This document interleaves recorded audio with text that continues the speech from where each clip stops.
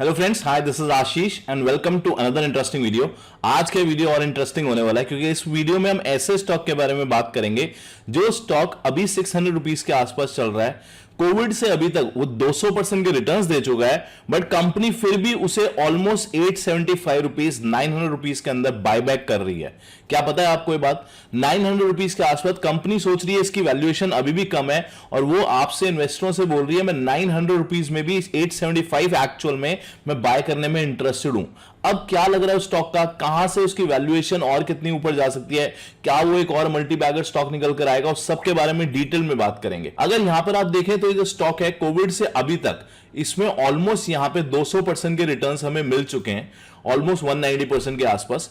But अगर मैं थोड़ा सा लॉन्ग टर्म के पॉइंट ऑफ व्यू से देखूं, पिछले 4 से 5 सालों के अंदर अभी भी जहां प्राइसेस चल रहे हैं उसमें ज्यादा एप्रिसिएशन नहीं आया। अगर वो प्राइसेस आप देखें तो 87% पिछले 4 से 5 सालों के अंदर चल रहे हैं। तो ऐसा तो नहीं था कि ये कोविड की वजह से सिर्फ एक जंप मिला आपको, बट उसके बाद प्राइसेस यहां से नहीं निकल पा रहे हैं। अभी भी ये 625 के आसपास ये प्राइस चल रहा है, यहां पे इसके रिजल्ट्स आने वाले हैं और कंपनी 875 रुपीज में इसका बायबैक कर रही है। वो कह रही है कि अगर आपके पास स्टॉक्स हैं तो हम आपसे खरीदने में इंटरेस्टेड हैं, आप मुझे 875 में दे दीजिए। ये कैसे पॉसिबल हो सकता है?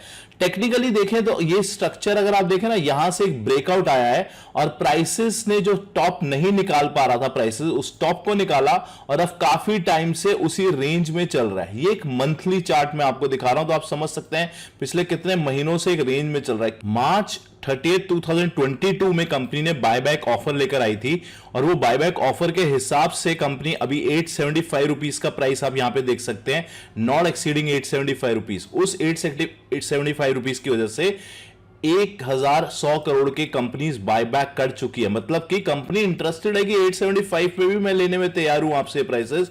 वो इससे ऊपर की वैल्यूएशन समझती है अपने स्टॉक्स की। यहां से भी आप देख सकते हैं कंपनी ने भी काफी बायबैक्स कर चुकी है। ये यहां सारा मेंशन किया हुआ, through the buyback of the shares and the dividend pay outs company अभी तक $260 मिलियन वर्थ जो है वो शेयर होल्डर्स को पैसा दे चुकी है। तो कंपनी 875 रुपीज में बाय कर रही है, 600 रुपए के आसपास स्टॉक चल रहा है। क्या है इसके फंडामेंटल्स, उसको भी देख लेते हैं। कंपनी का जो ओवरऑल बिजनेस है वो इन जगहों से आता है। आप पहले बिजनेस को समझ लीजिए, फिर उसकी डिटेल में जाएंगे। यूरोप में 465 प्रोडक्ट्स हैं, 10 प्लांट लगे हुए हैं। इंडिया के अंदर 15 प्लांट्स हैं, 9 लैटिन अमेरिका और 1 नॉर्थ अमेरिका। जो मेन इनका बिजनेस आता है वो नॉर्थ अमेरिका और लैटिन अमेरिका से ज्यादा आता है। आप देख सकते हैं यहाँ पे प्रोडक्ट्स जो हैं इन्होंने पेटेंट्स भी कराए हुए हैं। फंडामेंटली मैं आपको कंपनी की कुछ अच्छी बातें दिखाता हूं, फिर एग्जैक्टली बताऊंगा प्रॉब्लम आ कहां रही है, क्यों नहीं स्टॉक बढ़ पा रहा। यहां पर अगर आप कंपनी की सेल्स देखें तो सेल्स में भी अच्छी इंक्रीमेंट है। यहां पे 35, 38, 46, 53। अगर हम इसे परसेंटेज वाइज भी चेक करें तो कंपनी ऑलमोस्ट यहां पे 8 to 19%, 15% ग्रो कर रही है हर साल। तो सेल्स तो कंपनी की ग्रो हो रही है, इस चीज को ध्यान रखिएगा सेल्स के नंबर, क्योंकि यहीं पर सबसे बड़ी प्रॉब्लम है जो अभी मैं आपको आगे वाले टाइम में बताऊंगा। देखिए कभी भी कोई इन्वेस्टर देखता है ना, वो यही देखता है कि सेल्स के नंबर बढ़ रहे हैं तो स्टॉक अच्छा होगा। ये आधा एनालिसिस होता है। तभी मेरा जो वीडियोस बनाने का तरीका है और समझाने का आपको तरीका है कि उसकी डेप्थ में जाना। अगर सेल्स भी बढ़ रही है उसके बावजूद क्यों नहीं कंपनी बढ़ पा रही, वो मैं आपको अभी दिखाता हूं इसका एक्चुअल रीजन क्या। इस चीज को ध्यान रखिएगा। यहां पर आप देख सकते हैं कंपनी के जो नेट प्रॉफिट है, नेट प्रॉफिट में भी इंक्रीमेंट्स आपको देखने को मिल रहे हैं यहां पे, उसके बावजूद यहां पे नहीं बढ़ पा रही। नेट प्रॉफिट अगर आप देखिए तो 3000 करोड़ का था, 4000 के आसपास, which is good. Sales company की यहां पे आपको दिखाया जा रहा है 19% के आसपास, 20% के आसपास बढ़ रही है। बट प्रॉब्लम यहां आ रही है प्रॉफिट क्यों नहीं बढ़ पा रहे, इसको मैं अभी आपको डिस्कस करता हूं, जिसकी वजह से शेयर प्राइसेस भी अभी गिरे हुए हैं। चलिए और देखते हैं थोड़ा सा, फिर मैं आपको डिटेल दिखाऊंगा। अगर मैं यहां पे कंपनी की शेयर कैपिटल देखूं, शेयर कैपिटल भी बहुत ज्यादा नहीं है, 150 करोड़ के आसपास की शेयर कैपिटल है और वो भी कंपनी के यहां पे कुछ ईसॉप्स हैं जो कंपनी अपने एम्प्लॉइज को देती है, उस वजह से थोड़ा सा यहां पे इंक्रीमेंट आया है। अगर आप देखें 150 करोड़ की शेयर कैपिटल के ऊपर कंपनी 4000 करोड़ का प्रॉफिट बनाती है, which is very good. This numbers looks very good. Company के टोटल एसेट्स देखिए, ऑलमोस्ट 88,000 करोड़ के कंपनी के पास एसेट्स हैं। इसका मतलब अगर कंपनी आज अपने आप को बेच भी दे तो इतना तो उनकी वैल्यूएशन होनी चाहिए। वेयरएज मार्केट कैप कंपनी की 46,000 करोड़ के आसपास चल रही है। ये किस तरीके से सिनेरियो है जो वॉरेन बफेट भी यूज करते थे जब उन्होंने कंपनीज फिल्टर करना स्टार्ट किया था। तो एक यहां पर आपको मैं एक टिप दे रहा हूं ये। ओके, अगर मैं इसके नेट प्रॉफिट की बात करूं ना, नेट प्रॉफिट अगर आपको दिखाऊं तो तो नेट प्रॉफिट जो कंपनी का आ रहा है टोटल सेल्स के ऊपर, which is 4,000 crore on 53,000, almost 6% के आसपास का नेट प्रॉफिट में मार्जिन एक कंपनी खेलती है। तो ये तो हो गया अभी तक के पिक्चर। अब मैं आपको दिखाता हूं एक्चुअल जो प्रॉब्लम स्टार्ट हो रही है कहां से हो रही है। अगर कंपनी की थोड़ी सी बोरोइंग्स देखें ना, तो बोरोइंग्स यहां पे कंपनी की बढ़ती जा रही है पिछले कुछ टाइम के अंदर, बट बोरोइंग्स भी इतनी बड़ी प्रॉब्लम नहीं है। कंपनी का बोरोइंग लेने का रीजन क्या है वो भी यहां बताया गया है।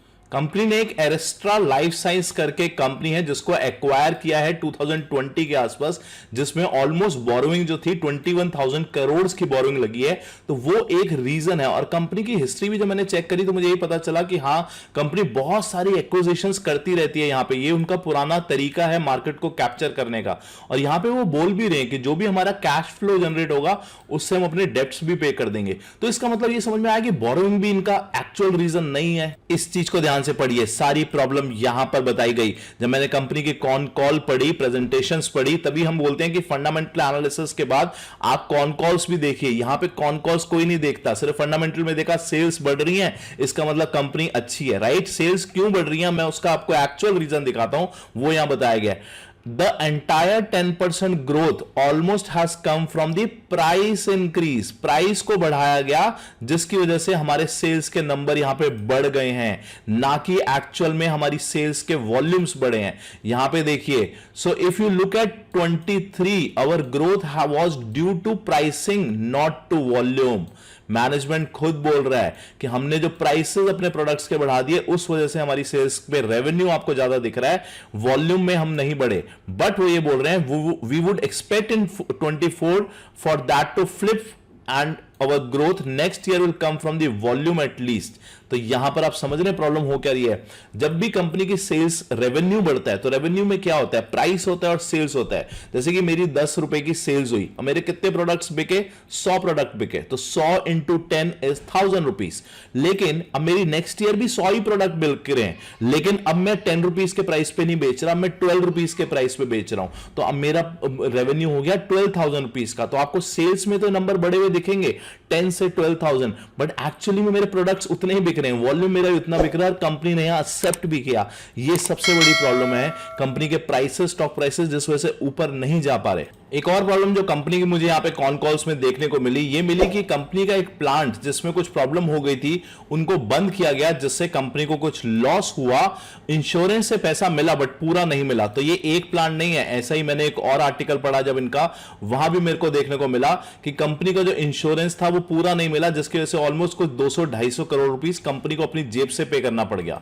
वो एक रीजन था। दूसरा रीजन, तो कंपनी बोलती है कि चाइना से जो प्रोडक्ट्स आ रहे थे, चाइना में केमिकल इंडस्ट्रीज बंद हो चुकी थी 2020 के बाद, लेकिन अब जब वो 2023 में स्टार्ट हो रही हैं तो बहुत सस्ते प्राइसेस पे अपना रॉ मटेरियल बेच रही हैं। वो तीसरा रीजन है यहां पर। तो अभी तक हमें पहला रीजन समझ में आया, सेल्स बढ़ने का, वो प्राइस इंक्रीज था, वॉल्यूम इंक्रीज नहीं था। दूसरा रीजन, कंपनी को कुछ लॉसेस हुए उनके प्लांट में, जिसकी वजह से इंश्योरेंस से उतना पैसा नहीं मिल पाया, तो कंपनी के वहां पर एक्सपेंसेस बढ़ गए। तीसरा रीजन, जो चाइना से रॉ मटेरियल, सॉरी, जो फाइनल प्रोडक्ट अब आ रहा है, जो एग्रोकेमिकल्स प्रोडक्ट्स आ रहे हैं, जो नहीं आ रहे थे पिछले 2 से 3 सालों के अंदर, अब उनके पास वो इतने प्रोडक्ट्स हो चुके हैं कि वो सस्ते प्राइसेस में वहां से अपना रॉ मटेरियल निकाल रहे हैं। तो कंपनी की अभी तक हमें प्रॉब्लम समझ में आ गई। फ्यूचर ग्रोथ की मैं अगर बात करूं ना, तो कंपनी बोलती है we see 4 to 8% revenue growth in 2024। ये उनका आउटलुक है 2024 में। इसमें एक सेगमेंट है जिसमें वो 35% की ग्रोथ की भी एक्सपेक्टेड कर रहे हैं। तो कंपनी के पास ओवरऑल बेसिकली 3 सेगमेंट्स आते हैं। एक हो गया उनका एग्रोकेमिकल बिजनेस, एक हो गया उनका सीड बिजनेस, जब आप खेती बाड़ी करते हैं तो उसमें सीड्स डलती हैं, और तीसरा हो गया इनका एक केमिकल बिजनेस जो स्पेशलिटी केमिकल्स के अंदर आता है। तो उस तरीके से इनके 3 बिजनेस आप समझ सकते हैं, और एक बिजनेस से 35 to 40% भी ग्रोथ एक्सपेक्ट कर रहे हैं। वैल्यूएशन वाइज अगर मैं बात करूं ना कंपनी की, तो अभी की कंपनी की जो स्टॉक प्राइस टू अर्निंग चल रही है वो 12.8 की चल रही है। प्राइस टू अर्निंग होता है कि क्या प्राइस से उसकी अर्निंग्स को अगर हम डिवाइड कर दें। 3 साल पहले की प्राइस टू अर्निंग देखें तो 15 के आसपास थी, 5 साल पहले 17 के आसपास थी। तो नंबर जितना डाउन होगा उतना अच्छा है। Price to earning wise, valuation wise मेरे को नंबर अच्छा जरूर लग रहा है यहां पर। तो वैल्यूएशन हमने समझ ली, अच्छा लग रहा है। टेक्निकली भी देखा है तो काफी टाइम वो स्पेंड कर चुका है एक ही रेंज के अंदर। यहां पर अगर आप देखें जो भी हमने देखा, काफी टाइम उसने प्राइसेस ने एडजस्ट कर लिया है, काफी महीनों से एडजस्ट कर रहा है। तो टेक्निकली भी प्राइस करेक्शन हो चुका है, टाइम करेक्शन जिसको मैं बोलूंगा। फंडामेंटली भी वैल्यूएशन वाइज मेरे को यहां पे सस्ता दिख रहा है, नो डाउट। फंडामेंटली हाँ जरूर इसके रिजल्ट्स आने बाकी हैं, जो मुझे लगता है शायद अभी 1 से 2 क्वार्टर और थोड़ा सा प्रेशर रह सकता है। बट याद रखिएगा, कंपनी को तभी बाय किया जाता है जब वो सस्ते प्राइसेस में मिल रहा हो। अगर आपको लग रहा है कि ये जो इनके साथ प्रॉब्लम है ये लॉन्ग टर्म रहने वाली है, तब जरूर हमें इससे पीछे हो जाना चाहिए। बट यहां पे देख के लग रहा है कि कंपनी ने पिछले 20 सालों से 30 सालों से इतना बड़ा बिजनेस स्टैंड कर लिया है। आज वो 4000 करोड़ का प्रॉफिट जनरेट करता है, 40,000 करोड़ के उनके रेवेन्यूज जनरेट होते हैं। ये कोई छोटी मोटी कंपनी नहीं है, ये इन प्रॉब्लम्स को भी सॉर्ट आउट कर लेगी धीरे धीरे। बट हां, अभी क्वार्टरली वाइज 1-2 क्वार्टर मुझे लग रहा है थोड़े से और प्रेशर हो सकते हैं। बट प्राइस वाइज 600 रुपीज के आसपास is a good price to accumulate this stock. आपको क्या लगता है मुझे कमेंट में जरूर बताइएगा। मैंने आपको सारे पॉजिटिव बताए, नेगेटिव्स बताए, कंपनी को वैल्यूएशन को लेके, टेक्निकल्स को लेके। आपकी क्या राय है कमेंट में जरूर बताइएगा, मैं जरूर कमेंट्स का रिप्लाई करूंगा। और अभी तक सब्सक्राइब नहीं करा तो कर लीजिएगा, क्योंकि काफी ऐसी इनसाइट्स में लेकर आता हूं जो शायद आपको कहीं सुनने को नहीं मिलेंगी। आई होप आपकी लर्निंग्स भी हो रही होंगी। Thank you, bye bye and have a great day. Bye.